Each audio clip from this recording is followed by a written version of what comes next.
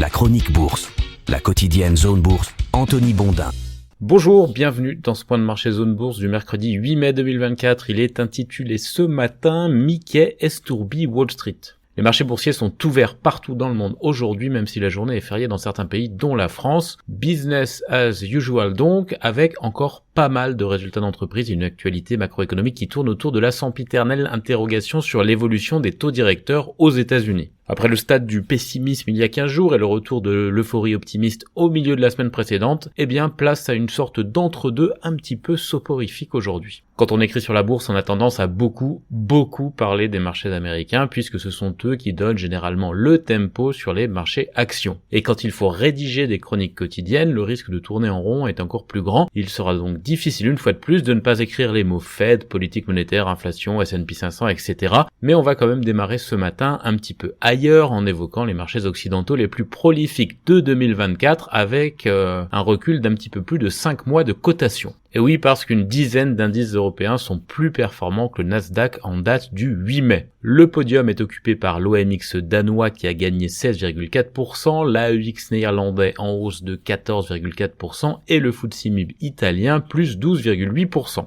La performance des deux premiers a été alimentée par leurs stars respectives, le roi des traitements anti-obésité et plus grosse capitalisation européenne Novo Nordisk pour Copenhague et l'ogre des machines de fabrication de semi-conducteurs et troisième capitalisation européenne ASML pour Amsterdam. Petite parenthèse, entre les deux on retrouve LVMH, donc ex-première capitalisation européenne. Quant à l'indice milanais, lui, il a profité de l'énorme poussée haussière de son vaste compartiment bancaire, notamment de la hausse de 36% d'Intesa Sanpaolo et de 46% d'Unicredit. Ce sont les deux plus gros établissements du pays et ce sont aussi désormais les 5e et 6e banques les plus valorisées en Europe. Derrière le trio de tête de ces indices, il faut ajouter que 3 indices nationaux progressent de plus de 10% en 2024, le FTSE ATEX en Grèce, le WIG polonais et le DAX allemand. La bonne tenue de la bourse européenne est d'ailleurs synthétisée dans l'Eurostoxx 50, l'indice des très grosses capitalisations du continent. Il affiche 11% de progression en 2024. À titre de comparaison, le S&P 500 américain est en hausse de 8,8% depuis le 1er janvier. Prends ça Wall Street.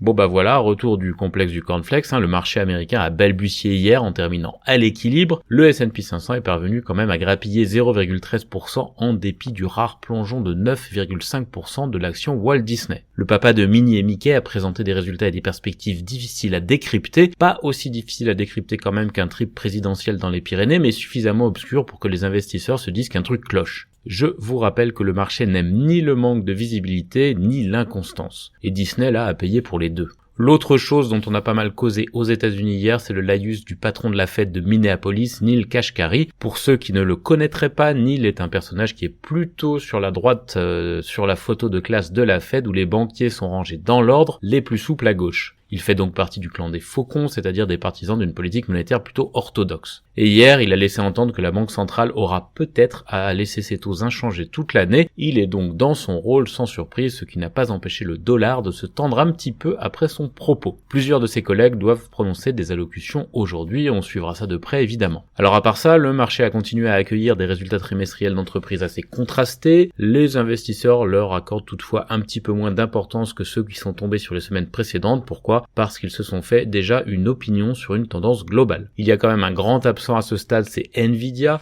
Historiquement, la société a toujours publié un mois après les autres et continue à le faire, même maintenant que tout le monde a les yeux rivés sur elle. Et je dirais même que c'est d'autant plus le cas qu'elle publie en dehors de l'avalanche des annonces des autres entreprises, donc les résultats sont encore plus visibles. Bref, le rendez-vous est pris pour le 22 mai avec Nvidia pour les comptes du premier trimestre. Je rappelle que le groupe est la 3e capitalisation mondiale derrière Apple, mais devant Alphabet et Amazon. Et c'est aussi le catalyseur des espoirs placés dans l'intelligence artificielle et donc un puissant vecteur du moral des troupes boursières. On notera ce matin que le pétrole s'est un petit peu détendu en dépit des craintes sur la poursuite des opérations israéliennes à Rafah. Les États-Unis auraient suspendu une livraison de bombes à son allié en signe de protestation. Dans un tout autre registre, Washington a sournoisement profité de l'isolement de Xi Jinping dans la boue des montagnes françaises pour révoquer un certain nombre de licences autorisant des entreprises américaines à vendre des puces à Huawei. C'est la dernière manifestation des tensions sino-américaines autour de la question technologique. On garde les mêmes protagonistes mais on change de sens. Biden a décidé de contester devant la justice américaine la loi dite anti-TikTok. Enfin en France, l'ASN a donné son feu vert à l'entrée en production de l'EPR de Flamanville. Les sondages récents montraient qu'il s'agissait du troisième événement le moins probable de la décennie après la découverte de la téléportation et une victoire du PSG en Ligue des Champions. Vous aurez noté que cette journée est donc fériée mais pas chômée en bourse, sinon je me suis levé pour rien. En Asie-Pacifique, Taïwan et la Corée du Sud parviennent à grappiller 0,2% ce matin, mais les autres places sont plus ou moins dans le rouge. Le Nikkei 225 japonais perd 1,5%, les marchés chinois reculent aussi, Shanghai abandonne 0,4% et Hong Kong 0,5%, l'Inde est en repli de 0,4%, l'Australie a échoué à quelques points de l'équilibre. Quant aux indicateurs internationaux européens, eh bien ils sont modérément baissiers autour de 8 heures. Du côté de l'actualité des sociétés, en France, on a eu pas mal de résultats de valeur moyenne, notamment Equasense, Exaome, Ruby, Claranova, DBV Technologies, Mad Pharma ou encore Prismaflex. Alstom a aussi publié ses résultats et a annoncé le lancement d'une augmentation de capital de 1 milliard d'euros pour faire face à ses besoins de trésorerie. Forvia a réduit sa dette en utilisant le produit de son émission obligataire senior. Aéroport de Paris a émis 500 millions d'euros d'obligations 2031 à 3,375% et CGG a signé une alliance avec Baker Hughes pour des solutions de captage et de stockage de CO2. Eurobio a racheté le test d'expression pour le cancer du sein EndoPredict, Vogo a levé 4,25 millions d'euros à 4,04 euros l'action et Enertime songe à des obligations remboursables pour compléter ses besoins de financement. À l'international, on a eu pas mal de résultats. AB InBev, Arista, BMW, Evonik, Inuit, Leonardo, Lyft, Reddit, Rivian, Siemens Energy, Skanska ou encore Toyota ont publié leurs comptes. En Europe, AstraZeneca retire son vaccin Covid-19 du marché mondial selon le Télégraphe. Moody's a relevé la perspective crédit A1 de Novo Nordisk de stable à positive et le nouveau directeur général de Davide Campari a des velléités de croissance externe même après l'accord conclu pour le rachat de Courvoisier. Sur l'agenda des publis européennes du jour, AB InBev, BMW, Munich Re, Henkel, Ahold Delhaize, Amadeus, Verbund, Endesa, Fresenius, Continental, Knorr-Bremse ou encore Siemens Energy. Côté continent américain, Suzano préparerait une offre de 15 milliards de dollars pour International Paper selon plusieurs sources. Apple a lancé de nouvelles tablettes et une nouvelle puce. Microsoft est accusé de concurrence déloyale dans les services cloud par un groupe de start-up espagnols. Microsoft qui avec Nvidia et SoftBank ont investi dans le tour de table de série C de Wave Technologies pour un montant de 1,05 milliard de dollars. Luminar a révélé que Tesla est le plus gros de ses clients dans ses capteurs LiDAR. Lévi-Strauss met fin à ses poursuites contre l'italien Brunello Cucinelli